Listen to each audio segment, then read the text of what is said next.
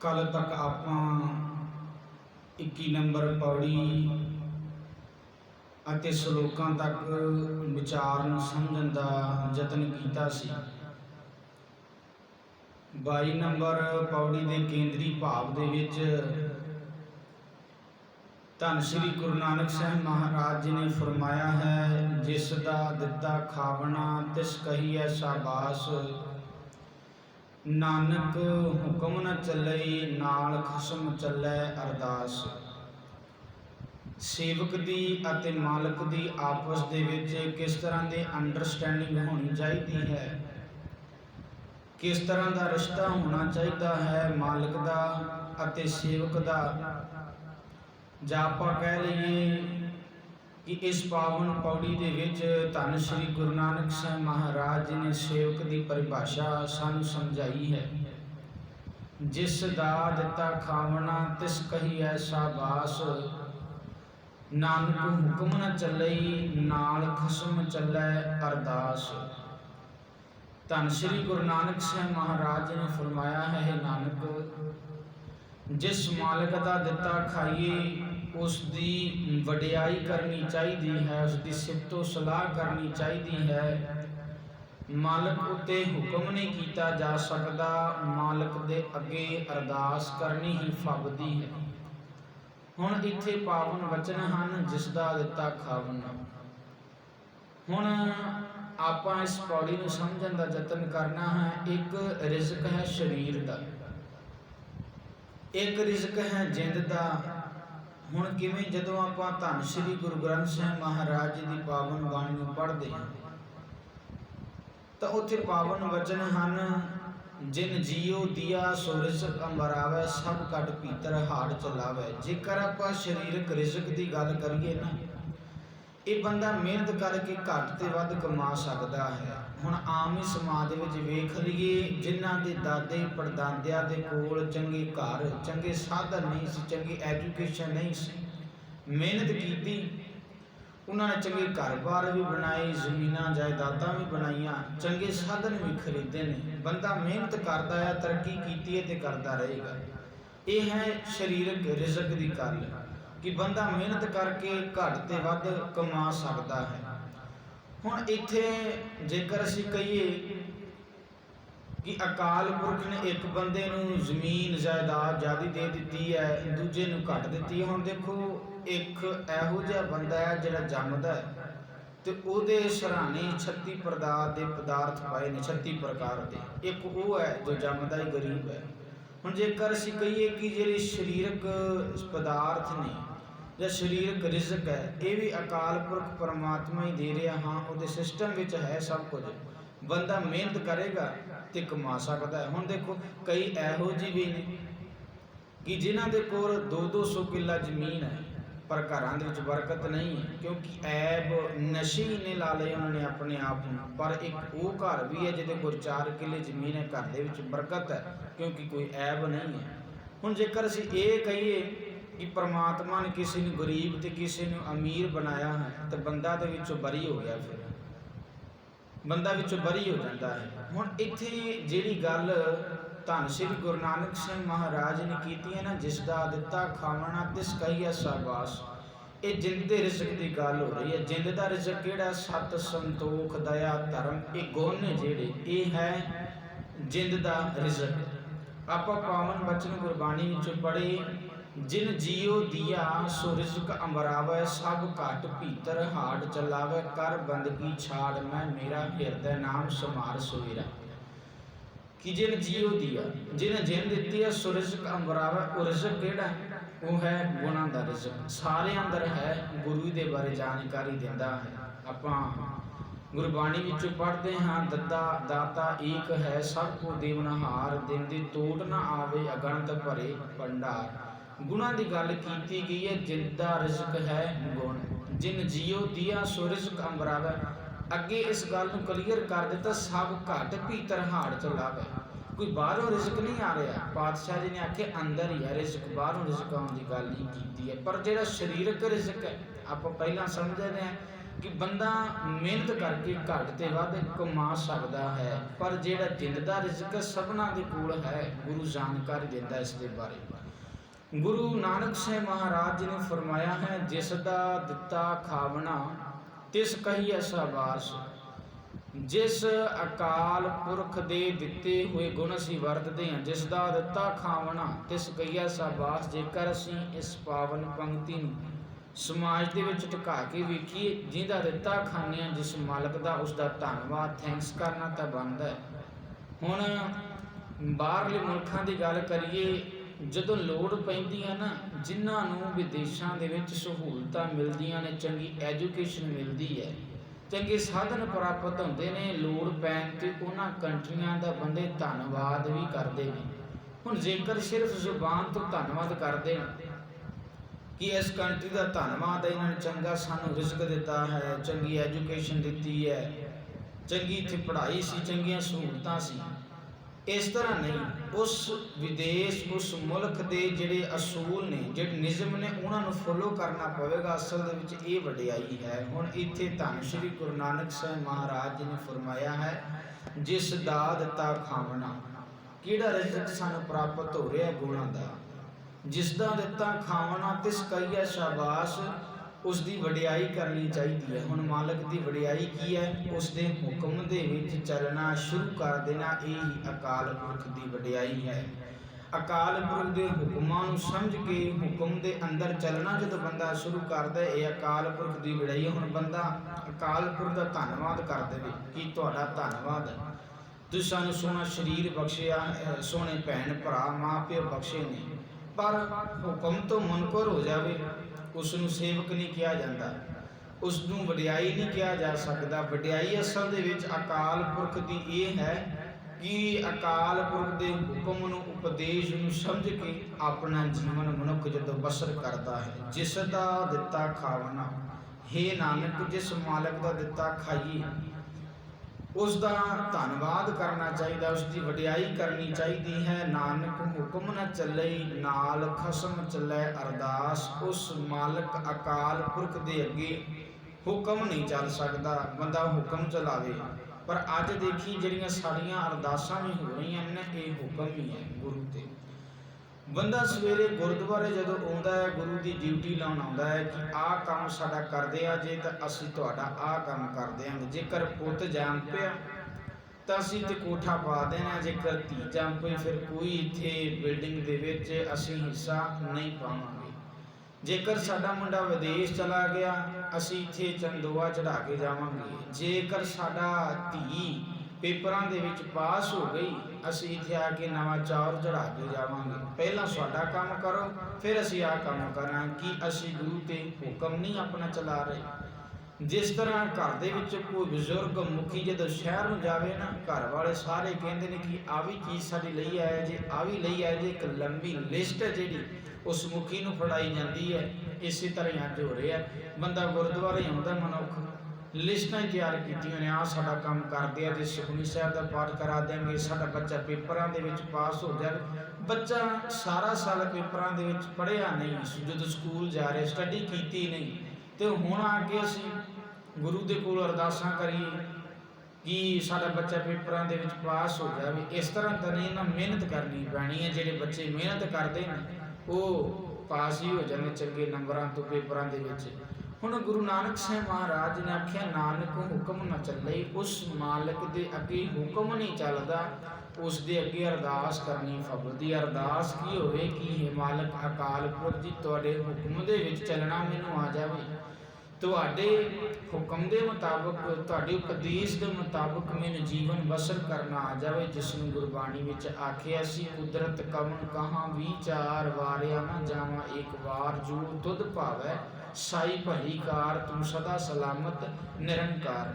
हुण गुरु नानक साहिब महाराज जी ने फरमाया है, उस मालक अगे हुक्म नहीं चलता। पर अज जिहड़ियां असीं अरदासां करवा रहे हैं, ये भी असीं गुरु ते हुक्म ही चल रहा साडा। असीं असल दे विच अरदास नहीं करते, असीं अपनी लिस्टां तैयार कीतियां होईयां ने। अखीर दे विच लिस्टां गुरु दे अगे रख दिंदे आ कि गुरु जी आ साडा काम हो गया ਤਾਂ ਅਸੀਂ ਤੁਹਾਡਾ ਆਹ ਕੰਮ ਕਰ ਦੇਵਾਂਗੇ, ਆਹ ਸੇਵਾ ਕਰਵਾ ਦੇਵਾਂਗੇ ਇੱਥੇ। ਪਰ ਗੁਰੂ ਨਾਨਕ ਸਾਹਿਬ ਮਹਾਰਾਜ ਕਹਿੰਦੇ ਉਹਦੇ ਅੱਗੇ ਹੁਕਮ ਨਹੀਂ ਚੱਲਣਾ, ਉਹਦੇ ਅੱਗੇ ਅਰਦਾਸ ਕਰਨੀ ਫਬਦੀ। ਅਰਦਾਸ ਕੀ ਹੋਵੇ ਕਿ ਤੁਹਾਡੇ ਹੁਕਮ ਦੇ ਵਿੱਚ ਮੈਨੂੰ ਚੱਲਣਾ ਆ ਜਾਵੇ, ਤੁਹਾਡੇ ਉਪਦੇਸ਼ ਦੇ ਮੁਤਾਬਕ ਮੈਨੂੰ ਜੀਵਨ ਬਸਰ ਕਰਨਾ ਆ ਜਾਵੇ। ਇਹ ਹੈ ਇਸ ਪਾਵਨ ਪੌੜੀ ਦਾ ਕੇਂਦਰੀ ਭਾਵ, ਜਿਸ ਦਾ ਦਿੱਤਾ ਖਾਵਣਾ, ਜਿਸ ਮਾਲਕ ਦਾ ਦਿੱਤਾ ਹੋਇਆ ਰਿਜ਼ਕ ਖਾਂਦੇ ਆ, ਜਿਹੜਾ ਸਾਡੀ ਜਿੰਦ ਦਾ ਰਿਜ਼ਕ ਹੈ, ਤਿਸ ਕਹੀਏ ਸ਼ਾਬਾਸ਼। ਉਸ ਦੀ ਵਡਿਆਈ ਕਰਨੀ ਬਣਦੀ ਹੈ। ਵਡਿਆਈ ਕੀ ਹੈ? ਉਸ ਅਕਾਲ ਪੁਰਖ ਦੇ ਹੁਕਮ ਦੇ ਵਿੱਚ ਚੱਲਣਾ। ਉਸ ਅਕਾਲ ਪੁਰਖ ਦੀ ਵਡਿਆਈ ਇਹ ਹੈ, ਸਤ ਕਰਕੇ ਗੁਰੂ ਦੇ ਉਪਦੇਸ਼ ਨੂੰ ਮੰਨ ਲੈਣਾ। ਨਾਨਕ ਹੁਕਮ ਨਾ ਚੱਲੇ, ਉਸ ਮਾਲਕ ਦੇ ਅੱਗੇ ਹੁਕਮ ਨਹੀਂ ਚੱਲ ਸਕਦਾ, ਨਾਲ ਖਸਮ ਚੱਲੇ। ਅਰਦਾਸ ਉਸ ਮਾਲਕ ਦੇ ਅੱਗੇ ਅਰਜ਼ ਕਰਨੀ, ਅਰਦਾਸ ਕਰਨੀ ਫਬਦੀ ਹੈ। ਅਰਜ਼ ਕੀ ਹੋਵੇ ਕਿ ਇਹ ਮਾਲਕ ਜੀ ਤੁਹਾਡੀ ਰਜ਼ਾ ਦੇ ਵਿੱਚ ਮੈਨੂੰ ਤੁਰਨਾ ਆ ਜਾਵੇ। ਪਹਿਲੀ ਪੰਕਤੀ ਦੇ ਵਿੱਚ ਗੁਰੂ ਨਾਨਕ ਸਾਹਿਬ ਮਹਾਰਾਜ ਨੇ ਫਰਮਾਇਆ, ਚਾਕਰ ਲੱਗੇ ਚਾਕਰੀ ਜੇ ਚੱਲੈ ਖਸਮ ਭਾਏ, ਹੁਰਮਤ ਤਿਸਨੋ ਅਗਲੀ ਉਹ ਵਜੋ ਭੇਦ ਨਾ ਖਾਏ। ਜੇ ਨੌਕਰ ਆਪਣੇ ਮਾਲਕ ਦੀ ਮਰਜ਼ੀ ਅਨੁਸਾਰ ਤੁਰੇ ਤਾਂ ਹੀ ਸਮਝੋ ਕਿ ਉਹ ਮਾਲਕ ਦੀ ਨੌਕਰੀ ਕਰ ਰਿਹਾ। ਹੁਣ ਦੇਖੋ, ਇੱਕ ਨੌਕਰ ਮਾਲਕ ਦੇ ਕੋਲ ਕੰਮ ਕਰਦਾ, ਜੇਕਰ ਮਾਲਕ ਦੀ ਮਰਜ਼ੀ ਅਨੁਸਾਰ ਕੰਮ ਕਰੇਗਾ ਤਾਂ ਹੀ ਉਹ ਨੌਕਰੀ ਲੱਗਿਆ ਹੋਇਆ ਜਾਣਿਆ ਜਾ ਸਕਦਾ। ਜੇਕਰ ਮਨ ਮਰਜ਼ੀ ਕਰੇ ਤਾਂ ਉਹ ਕਾਹਦਾ ਨੌਕਰ ਹੈ। ਗੁਰੂ ਨਾਨਕ ਸਾਹਿਬ ਮਹਾਰਾਜ ਕਹਿੰਦੇ, ਚਾਕਰ ਲੱਗੇ ਚਾਕਰੀ ਜੇ ਚੱਲੇ ਖਸਮੇ ਭਾਏ। ਘਰਾਂ ਦੇ ਵਿੱਚ, ਸਮਾਜ ਦੇ ਵਿੱਚ ਲਾ ਕੇ ਵੇਖੀਏ, ਬੜੀ ਸੋਹਣੀ ਸੇਧ ਗੁਰੂ ਨਾਨਕ ਸਾਹਿਬ ਮਹਾਰਾਜ ਨੇ ਪਾਵਨ ਪੌੜੀ ਦੇ ਵਿੱਚ ਦਿੱਤੀ ਹੈ ਕਿ ਘਰਾਂ ਦੇ ਵਿੱਚ ਦੇਖੋ ਇਹੋ ਜਿਹੇ ਹਾਲਾਤ ਕਈ ਵਾਰ ਬਣਦੇ ਰਹਿਣਾ। ਕਈ ਵਾਰ ਦੁਕਾਨਾਂ ਅਸੀਂ ਸ਼ੋਪ ਤੇ ਵੇਖ ਸਕਦੇ ਹਾਂ ਕਿ ਮਾਲਕ ਨੂੰ ਆਪਣੇ ਵਰਕਰਾਂ ਦੇ ਲਈ ਦੁਕਾਨਾਂ ਤੇ ਕੈਮਰੇ ਲਗਾਉਣੇ ਪੈਂਦੇ ਨੇ ਕਿ ਇਮਾਨਦਾਰੀ ਨਹੀਂ ਹੈ। ਕਈ ਵਾਰ ਨੌਕਰ ਜਿਹੜੇ ਵਰਕਰ ਹੁੰਦੇ ਨੇ ਮਾਲਕ ਨੂੰ ਠਿੱਬੀ ਲਾ ਜਾਂਦੇ ਨੇ, ਲੁੱਟ ਲੈਂਦੇ ਨੇ। ਪਰ ਕਈ ਇਹੋ ਜਿਹੇ ਵੀ ਨੇ ਜਿਹੜੇ ਬੜੇ ਲੰਮੇ ਸਮੇਂ ਤੋਂ ਮਾਲਕਾਂ ਦੇ ਨਾਲ ਡਿਊਟੀ ਕਰਦੇ ਆ ਰਹੇ ਨੇ, ਉਹ ਕੰਮ ਕਰਦੇ ਆ ਰਹੇ ਨੇ, ਆਪਣੇ ਪੁੱਤਰ ਵੀ ਉੱਥੇ ਲਵਾਏ, ਤੇ ਮਾਲਕ ਹੀ ਉਹ ਕਹਿੰਦਾ ਕਿ ਇਹ ਸਾਡੇ ਨੌਕਰ ਨਹੀਂ, ਸਾਡੇ ਵਰਕਰ ਨਹੀਂ, ਸਾਡੇ ਪੁੱਤਾਂ ਵਰਗੇ ਨੇ। ਉਹਨਾਂ ਨੇ ਆਪਣੇ ਪੁੱਤ ਵੀ ਉੱਥੇ ਵਿਆਹੇ ਨੇ। ਉਹ ਕਹਿੰਦੇ ਸਾਡੇ ਪਰਿਵਾਰ ਦਾ ਹਿੱਸਾ ਹੀ ਨਹੀਂ। ਕਿਉਂ? ਕਿਉਂਕਿ ਇਮਾਨਦਾਰੀ ਨਾਲ ਕੰਮ ਕਰ ਰਹੇ ਨੇ, ਉਹ ਮਾਲਕ ਦੀ ਮਰਜ਼ੀ ਅਨੁਸਾਰ ਤੁਰਦੇ ਨੇ। ਜੇਕਰ ਮਾਲਕ ਸ਼ੋਪ ਤੇ ਫੈਕਟਰੀ ਦੇ ਵਿੱਚ ਨਹੀਂ ਵੀ ਹੈ ਤਾਂ ਇਹ ਸੋਚਦੇ ਨੇ ਕਿ ਸਾਡਾ ਇਹ ਕੰਮ ਮਾਲਕ ਦਾ ਨਹੀਂ, ਇਹ ਸਾਡਾ ਹੀ ਹੈ। ਜੇਕਰ ਅਸੀਂ ਇਸ ਕੰਮ ਨੂੰ ਵਧਾਉਣ ਦੇ ਵਿੱਚ ਯੋਗਦਾਨ ਪਾਵਾਂਗੇ ਤਾਂ ਹੀ ਇਹ ਕੰਮ ਚੱਲਦਾ ਰਹੇਗਾ ਤੇ ਸਾਨੂੰ ਰੋਜ਼ਗਾਰ ਮਿਲਿਆ ਰਹੇਗਾ। ਉਹ ਮਾਲਕ ਦਾ ਨਹੀਂ, ਆਪਣਾ ਸਮਝ ਕੇ ਕੰਮ ਕਰਦੇ ਨੇ। ਤੇ ਗੁਰੂ ਨਾਨਕ ਸਾਹਿਬ ਮਹਾਰਾਜ ਕਹਿੰਦੇ, ਚਾਕਰ ਲੱਗੇ ਚਾਕਰੀ ਜੇ ਚੱਲੇ ਖਸਮੇ ਭਾਏ। ਅਸਲ ਦੇ ਵਿੱਚ ਨੌਕਰ ਉਹੀ ਹੈ ਜਿਹੜਾ ਮਾਲਕ ਦੀ ਮਰਜ਼ੀ ਅਨੁਸਾਰ ਤੁਰੇ ਤੇ ਜਿਹੜਾ ਤੁਰਦਾ। ਗੁਰੂ ਨਾਨਕ ਸਾਹਿਬ ਮਹਾਰਾਜ ਕਹਿੰਦੇ, ਫੇਰ ਕਹਿੰਦੇ ਹੁਰਮਤ ਤਿਸਨੋ ਅਗਲੀ ਉਹ ਵਜੋ ਪੇ ਦੂਣਾ ਖਾਏ। ਹੁਰਮਤ ਭਾਵ ਇੱਜ਼ਤ, ਉਹਦੀ ਇੱਜ਼ਤ ਮਾਲਕ ਦੀਆਂ ਨਜ਼ਰਾਂ ਦੇ ਵਿੱਚ ਦੁੱਗਣੀ ਹੋ ਜਾਂਦੀ ਹੈ। ਮਾਲਕ ਕਹਿੰਦਾ ਕਿ ਮੈਨੂੰ ਇਹਦੇ ਤੋਂ ਇੰਨੀ ਆਸ ਨਹੀਂ ਸੀ ਕਿ ਆਪਣੀ ਮਿਸਾਲ ਇਹੋ ਜਿਹੀ ਕਾਇਮ ਕਰੇਗਾ, ਏਡਾ ਇਮਾਨਦਾਰ ਕਿ ਮੇਰੇ ਜਾਣ ਤੋਂ ਮਗਰੋਂ ਵੀ ਇਹ ਆਪਣਾ ਕੰਮ ਸਮਝ ਕੇ ਜ਼ਿੰਮੇਵਾਰੀਆਂ ਨਿਭਾਉਂਦਾ ਰਿਹਾ। ਹੁਰਮਤ ਇਸਨੂੰ ਅਗਲੀ ਉਹ ਵਜੋ ਪੇ ਦੂਣਾ ਖਾਏ। ਵਜੋ ਭਾਵ ਤਨਖਾਹ, ਵਜੀਫਾ। ਜਿੰਨੀ ਤਨਖਾਹ ਹੁੰਦੀ ਹੈ ਉਸ ਤੋਂ ਵੱਧ ਉਹ ਖਾਂਦਾ। ਕਿਵੇਂ? ਜਦੋਂ ਮਾਲਕ ਤਰੁੱਠਿਆ, ਪ੍ਰਸੰਨ ਹੋਇਆ, ਜਦੋਂ ਉਸਨੇ ਜ਼ਿੰਮੇਵਾਰੀ ਨਾਲ ਕੰਮ ਕੀਤਾ, ਮਾਲਕ ਦੇ ਕਿਸੇ ਕੰਮ ਦੌਰਾਨ ਬਾਹਰ ਜਾਣ ਤੋਂ ਬਾਅਦ ਵੀ, ਤਾਂ ਉਸਨੇ ਆਪਣਾ ਕੰਮ ਸਮਝ ਕੇ ਕੀਤਾ ਤੇ ਮਾਲਕ ਨੇ ਖੁਸ਼ ਹੋ ਕੇ ਭਾਵੇਂ 10,000 ਤਨਖਾਹ ਸੀ ਨਾ, ਲੋੜ ਤੋਂ ਵੱਧ ਤਨਖਾਹ ਦਿੱਤੀ ਉਸਨੂੰ। ਕਿਉਂ? ਕਿਉਂਕਿ ਇਮਾਨਦਾਰੀ ਨਾਲ ਕੰਮ ਕੀਤਾ ਸੀ। ਉਹ ਵਜੋ ਪੇ ਦੂਣਾ ਖਾਏ, ਉਹ ਆਪਣੀ ਤਨਖਾਹ ਤੋਂ ਵੀ ਜ਼ਿਆਦਾ ਲੈਂਦਾ। ਇੱਥੋਂ ਤੱਕ ਤਾਂ ਠੀਕ ਸੀ। ਜੇਕਰ ਨੌਕਰ ਸੇਵਕ ਮਾਲਕ ਦੀ ਮਰਜ਼ੀ ਅਨੁਸਾਰ ਤੁਰ ਰਿਹਾ ਸੀ ਤਾਂ ਠੀਕ ਹੈ। ਅਗਲੀ ਗੱਲ ਗੁਰੂ ਨਾਨਕ ਸਾਹਿਬ ਮਹਾਰਾਜ ਨੇ ਕੀਤੀ, ਖਸਮੇ ਕਰੇ ਬਰਾਬਰੀ ਫਿਰ ਗੈਰਤ ਅੰਦਰ ਪਾਏ। ਵਜੋ ਗਵਾਏ ਅਗਲਾ ਮਹਿ ਪਾਣਾ ਖਾਏ। ਕਹਿੰਦੇ ਪਰ ਜੇ ਸੇਵਕ ਆਪਣੇ ਮਾਲਕ ਦੀ ਬਰਾਬਰੀ ਕਰਦਾ ਹੈ, ਭਾਵ ਮਾਲਕ ਨਾਲ ਸਾਂਝਾ ਹੋਣ ਦਾ ਯਤਨ ਕਰਦਾ ਹੈ, ਉਹ ਮਨ ਵਿੱਚ ਸ਼ਰਮਿੰਦਗੀ ਹੀ ਉਠਾਉਂਦਾ ਹੈ, ਆਪਣੀ ਪਹਿਲੀ ਤਨਖਾਹ ਵੀ ਗਵਾ ਬੈਠਦਾ ਹੈ ਤੇ ਸਦਾ ਮੂੰਹ ਤੇ ਜੁੱਤੀਆਂ ਖਾਂਦਾ ਹੈ। ਖਸਮੇ ਕਰੇ ਬਰਾਬਰੀ। ਹੁਣ ਦੇਖੋ, ਮਾਲਕ ਫੈਕਟਰੀ ਦੇ ਵਿੱਚ ਸ਼ੋਪ ਤੇ ਨਹੀਂ ਸੀ, ਕਿਤੇ ਕੰਮ ਕਰਨ ਲਈ ਬਾਹਰ ਗਿਆ। ਰੁਤਬਾ ਜਿਹੜਾ ਹੈ, ਫੀਲਿੰਗਾਂ ਜਿਹੜੀਆਂ ਮਾਲਕ ਵਾਲੀਆਂ, पर जिम्मेवारी मालिक तरह ना समझे, मालिक तरह सोचे ना कि काम मेरा। हुण मालिक नूं अपने गले दे विचों चोरी करन दी की लोड़ है? जदों गले दे विचों पैसे कढ रिहा उदों नौकर बन के, उदों सेवक बन के कढ रिहा, पर बन के की बैठा होया है मालिक। वो अपने आप को फैक्ट्री का मालिक समझ रहा है। पर गुरु नानक साहब महाराज जी कहते खसम करे बराबरी। जेकर खसम की बराबरी करे तो खसम तरह जिम्मेवारी ना समझे, काम ईमानदारी ना करे। हुण देखो कई सरकारी नौकरियां वास्ते दौड़ भज बहुत करते हैं कि सानू सरकारी नौकरियां प्राप्त हो जान, पर कई देखो सरकारी नौकरियां मिलियां हुई गवा के बैठ जाते हैं।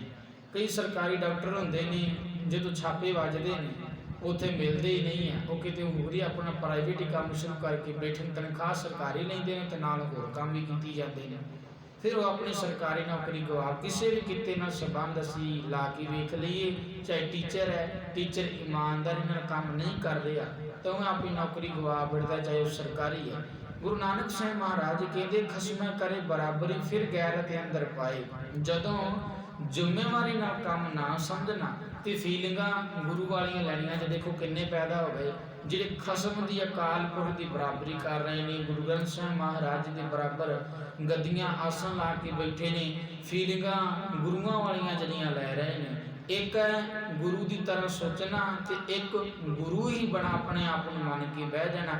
इत्थे तो एडे क्रांतिकारी बोल जिन्हों ने गुरबाणी में दर्ज किए ना, जिन्होंने समय दी सरकारां दे नाल सीधा मत्था लाया, उन्होंने गुरबाणी में आख्या तेरा कीता जातो ना ही मैनों जोग कीतो ही, मैं निर्गुणे आले को ना ही आपे तरस पयो तरस पया, मैं रम तू सतगुर सज्जन मिलिया, नानक नाम मिले तां जीवा तन मन थीवे हरिया। ते इत्थे छोटे छोटे संप्रदाय डेरेदार लोग अपने आप को रब होने का दावा कर रहे हैं, अपने आप को गुरु होने का दावा करते हैं। तो गुरु नानक साहब महाराज जी कहते खसम करे बराबरी फिर गैरत अंदर पाए। अज अकाल पुरख के सेवर चाकर बन के सेवा नहीं की जा रही। बाणी तो आख्या से ना हम चाकर गोबिंद के ठाकुर मेरा भारा, पर इत्थे फीलिंगां गुरुआं वालियां लईयां जा रही ने। हुण देखो जो मनोकल्पित तस्वीरां बनियां ने सच नहीं है, मनोकल्पित ने। जिवें वो आशीर्वाद देंदे दिखाए जाते हैं जां उन्हां दे पिछे चक्कर जिहा लगा हुंदा है, बहुत कुछ जिहड़ा मालावां हत्थ दे विच पा दित्तियां गईयां। अज अपने आप को संप्रदाय डेरेदार लोग भी उस लीह ते तोड़ के बैठे ने, वो फीलिंगां गुरुआं वालियां लैंदे ने। जदों आशीर्वाद देना किसी नूं बड़े स्टाइल दे नाल देना, जिहड़ा है प्यार भी आशीर्वाद देना, जदों बहना सोफियां दे उत्ते बहना, नीवीं थां दे बराबर नहीं बहना। गुरु नानक साहब महाराज जी कहते ये गुरु की बराबरी कर रहे हैं, ये तो गुरु के पैर वर्गे भी नहीं। कहते खसम करे बराबरी फिर गैरत अंदर पर जेड़े खसम अकाल पुरख की बराबरी करते रहना। गुरु नानक साहब महाराज जी कहते जेड़े सावे होंदे ने मालक दे नाल, कहते वो मन में शर्मिंदगी उठाते हैं, फिर गैरत अंदर पाए वजो गवाया गला मुँह पाना खाए। कहते वो अपनी तनख्वाह भी गवा बैठता। हम देखो वजो गवाया गला, हम जी तनख्वाह मिलनी सी भी गई, जो नौकरी तो हटिया, नौकरी तो रिश्वत लेंदा फड़िया गया तो उसनों डिसमिस कर दिता गया, वजो गवाया गला मुँह पाना खाए। कहते वो अपनी तनख्वाह भी गवा बैठता है, तो जिन्हें मालिक ने बोनस देना होंगे वो भी गवा के बह जाता है, मुँह पाना खाए। कहते हरेक थां ते जुत्तियां खाता है, भाव शर्मिंदगी महसूस करनी पैंदी है, उसनूं शर्मिंदा होंदा, उहदे पल्ले कुछ होर नहीं रहिंदा। हुण धन श्री गुरु नानक साहब महाराज जी ने इस पावन पौड़ी दे विच बड़ा ही कमाल का उपदेश दिता है कि मालिक की ते सेवक की आपस में अंडरस्टैंडिंग किस तरह की होनी चाहिए है। फिर अर्थ साझे करते हैं आम जियां दे नाल।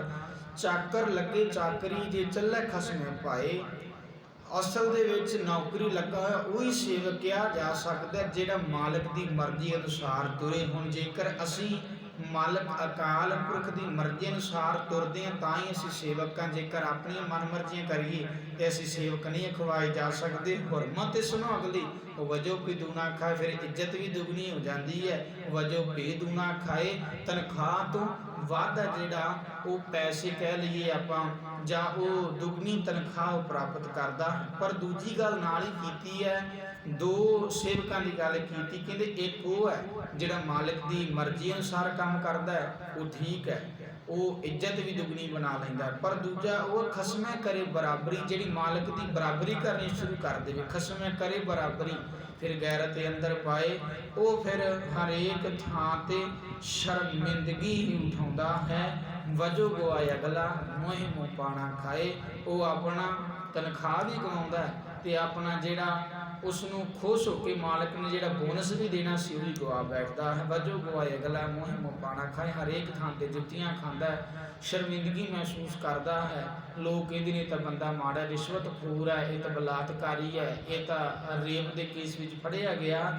ਵਜੋ ਗਵਾਏ ਅਗਲਾ ਮੋਹਿ ਮੋ ਪਾਣਾ ਖਾਏ, ਜਿਸ ਦਾ ਦਿੱਤਾ ਖਾਵਣਾ ਤਿਸ ਕਹੀਐ ਸ਼ਾਬਾਸ਼, ਜਿਸ ਅਕਾਲ ਪੁਰਖ ਦਾ ਦਿੱਤਾ ਖਾਂਦੇ ਆ ਉਸ ਦਾ ਧੰਨਵਾਦ ਕਰਨਾ ਬਣਦਾ, ਉਸ ਦੀ ਵਡਿਆਈ ਕਰਨੀ ਚਾਹੀਦੀ ਹੈ, ਉਸ ਦੇ ਹੁਕਮ ਦੇ ਵਿੱਚ ਚੱਲਣਾ ਹੀ ਅਸਲ ਦੇ ਵਿੱਚ ਉਸ ਅਕਾਲ ਪੁਰਖ ਦੀ ਵਡਿਆਈ ਹੈ, ਜਿਸ ਨੇ ਸਾਨੂੰ ਗੁਣਾ ਰੂਪੀ ਰਿਜ਼ਕ ਦਿੱਤਾ ਹੋਇਆ ਸਜਿੰਦ ਦਾ ਤੇ ਸਾਡੇ ਅੰਦਰ ਸਾਰਿਆਂ ਦੇ ਹੈ। ਅਸੀਂ ਉਸ ਦੀ ਵਰਤੋਂ ਕਰਨੀ ਹੈ ਤੇ ਗੁਰੂ ਦੇ ਬਾਰੇ ਜਾਣਕਾਰੀ ਦਿੰਦਾ ਹੈ, ਕਿਉਂਕਿ ਗੁਰਬਾਣੀ ਵਿੱਚੋਂ ਅਸੀਂ ਪਾਵਨ ਵਚਨ ਪੜ੍ਹਦੇ ਹਾਂ ਕਿ ਮੱਧ ਵਿੱਚ ਰਤਨ ਜਵਾਹਰ ਮਾਣਕ, ਜੇ ਇੱਕ ਗੁਰ ਕੀ ਸਿੱਖ ਸੁਣੀ, ਗੁਰੂ ਦੀ ਸਿੱਖਿਆ ਨੂੰ ਸੁਣ ਕੇ ਹੀ ਅਸੀਂ ਇਹਨਾਂ ਗੁਣਾਂ ਦੇ ਨਾਲ ਸਾਂਝ ਪਾ ਸਕਦੇ ਹਾਂ। ਜਾਂ ਪਾਵਨ ਬਚਨ ਪੜ੍ਹਦੇ ਹਾਂ ਗੁਰਬਾਣੀ ਵਿੱਚੋਂ ਕਿ ਅੰਮ੍ਰਿਤ ਅੰਦਰ ਖੁੰਟਾ ਅੰਮ੍ਰਿਤ ਭਰਿਆ, ਸ਼ਬਦ ਕਾਢ ਪੀਏ ਬਨਿਹਾਰੀ, ਅੰਦਰ ਸਭ ਕੁਝ ਹੈ, ਸ਼ਬਦ ਦੇ ਨਾਲ ਕੱਢ ਕੇ ਉਸ ਦੇ ਨਾਲ ਸਾਂਝ ਪਾਈ, ਉਸ ਅੰਮ੍ਰਿਤ ਨੂੰ ਪੀਏ।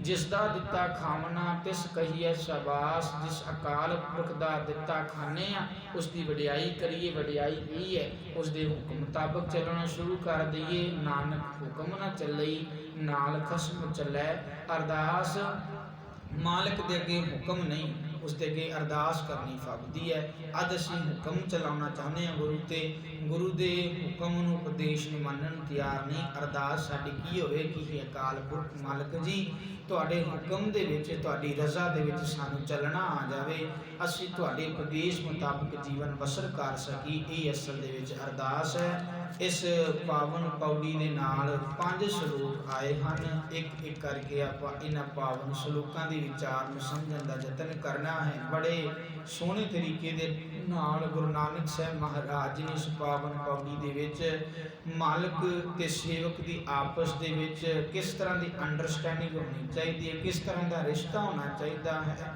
ਬੜਾ ਸੋਹਣਾ ਸਮਝਾਇਆ ਹੈ। ਤੇ ਅਗਲੇ ਸ਼ਲੋਕਾਂ ਦੇ ਵਿੱਚ ਜਿਹੜੇ ਇਸ ਪਾਵਨ ਪੌੜੀ ਦੇ ਨਾਲ ਆਏ ਨੇ, ਗੁਰੂ ਨਾਨਕ ਸਾਹਿਬ ਮਹਾਰਾਜ ਜੀ ਨੇ ਸੇਵਕ ਦੀ ਖੁੱਲ੍ਹ ਕੇ ਹੈ ਜਿਹੜੀ ਵਿਆਖਿਆ ਕੀਤੀ ਹੈ। ਚਾਕਰ ਲੱਗੇ ਚਾਕਰੀ ਨਾਲੇ ਗਰਭਵਾਦ ਗੱਲਾਂ ਕਰੇ, ਕਨੇਰੀਆਂ ਖਸਮ ਨ ਪਾਏ ਸਦ ਆਪ ਗਵਾਏ ਸੇਵਾ ਕਰੇ, ਤਾਂ ਕਿਛ ਪਾਏ ਮਨ ਆਪਾ ਭਾਵ ਗਵਾ ਕੇ ਸੇਵਾ ਕਰਨੀ ਪੈਣੀ ਹੈ। ਮਨ ਵਿੱਚ ਸਤਿਗੁਰ ਕੇ ਪਾਸ ਜੀ ਸੇਵਕ ਕੇ ਕਾਰਜ ਰਾਸ, ਨਾਨਕ ਹੁਕਮ ਨ ਚੱਲਈ ਨਾਲ ਖਸਮ ਚੱਲੈ। ਅਰਦਾਸ ਉਸ ਅਕਾਲ ਪੁਰਖ ਦੇ ਅੱਗੇ ਹੁਕਮ ਨਹੀਂ, ਅਰਦਾਸ ਕਰਨੀ ਫਬਦੀ। ਅਰਦਾਸ ਸਾਡੀ ਹੋਵੇ ਕਿ ਇਹ ਮਾਲਕ ਅਕਾਲ ਪੁਰਖ ਜੀ ਤੁਹਾਡੇ ਹੁਕਮ, ਤੁਹਾਡੀ ਰਜ਼ਾ ਦੇ ਵਿੱਚ, ਤੁਹਾਡੇ ਭਾਣੇ ਦੇ ਵਿੱਚ ਸਾਨੂੰ ਚੱਲਣਾ ਆ ਜਾਵੇ। ਇਹ ਅਰਦਾਸ ਕਰਾਂਗੇ ਤੇ ਸਾਡਾ ਜੀਵਨ ਸਚਿਆਰਾ ਬਣ ਸਕਦਾ। ਆਪਣਾ ਹੱਥੀਂ ਆਪਣਾ ਆਪੇ ਹੀ ਕਾਜ ਸਵਾਰੇ, ਕਿਸ ਲਾਹੀ ਉੱਪਰ ਘਾਲੀਏ, ਜਿਉ ਸਾਹਿਬ ਨਾਲ ਹਾਰੀਏ ਤੇ ਵੇ ਹਪਾਸਾ ਢਾਲੀਏ। ਉਹ ਕੰਮ ਕਰੀਏ। ਇਹ ਜਦੋਂ ਅਸੀਂ ਕੰਮ ਕਰਾਂਗੇ ਨਾ, ਮਾਲਕ ਦੀ ਗੱਲ ਮੰਨ ਕੇ ਮਾਲਕ ਦੀ ਰਜ਼ਾ ਅਨੁਸਾਰ ਕੰਮ ਕਰਾਂਗੇ, ਫਿਰ ਅਸੀਂ ਸਾਹਿਬ ਵਾਲੇ ਪਾਸੋਂ ਜਿੱਤਾਂਗੇ, ਨਹੀਂ ਤਾਂ ਅਸੀਂ ਹਾਰੇ ਤਾਂ ਪਏ ਹਾਂ। ਅੱਜ ਬਹੁਤੀ ਕੌਮ ਹਾਰੀ ਚੁੱਕੀ ਹੈ ਸਾਹਿਬ ਵਾਲੇ ਪਾਸੋਂ। ਕਿਉਂ? ਕਿਉਂਕਿ ਅਸੀਂ ਮਾਲਕ ਦੀ ਮਰਜ਼ੀ ਅਨੁਸਾਰ ਨਹੀਂ, ਆਪਣੀ ਮਰਜ਼ੀ ਅਨੁਸਾਰ ਚੱਲਦੇ। ਜਦੋਂ ਮਾਲਕ ਦੀ ਮਰਜ਼ੀ ਅਨੁਸਾਰ ਕੰਮ ਕਰਾਂਗੇ, ਫਿਰ ਜਿਉਂ ਸਾਹਿਬ ਨਾਲ ਨਾ ਹਾਰੀਏ ਤੇ ਵੇ ਪਾਸਾ ਢਾਲੀਏ, ਕਿਛ ਲਾਹੀ ਉੱਪਰ ਘਾਲੀਏ, ਫਿਰ ਸਾਹਿਬ ਵਾਲੇ ਪਾਸੇ ਜਿੱਤ ਜਾਵਾਂਗੇ ਤੇ ਵਿਕਾਰਾਂ ਵਾਲੇ ਪਾਸੇ ਅਸੀਂ ਹਾਰ ਜਾਵਾਂਗੇ। ਸੋ ਸਲੋੜ ਹੈ ਗੁਰਬਾਣੀ ਪੜ੍ਹੀਏ, ਵਿਚਾਰੀਏ ਤੇ ਆਪਣੇ ਜੀਵਨ ਦੇ ਵਿੱਚ ਕਮਾਈਏ। ਸੋ ਪਾਵਨ ਉਪਦੇਸ਼ ਗੁਰੂ ਨਾਨਕ ਸਾਹਿਬ ਮਹਾਰਾਜ ਜੀ ਨੇ ਇਸ ਪਾਵਨ ਪੌੜੀ ਦੇ ਰਾਹੀਂ ਸਾਨੂੰ ਦੇਣਾ ਕੀਤਾ ਹੈ।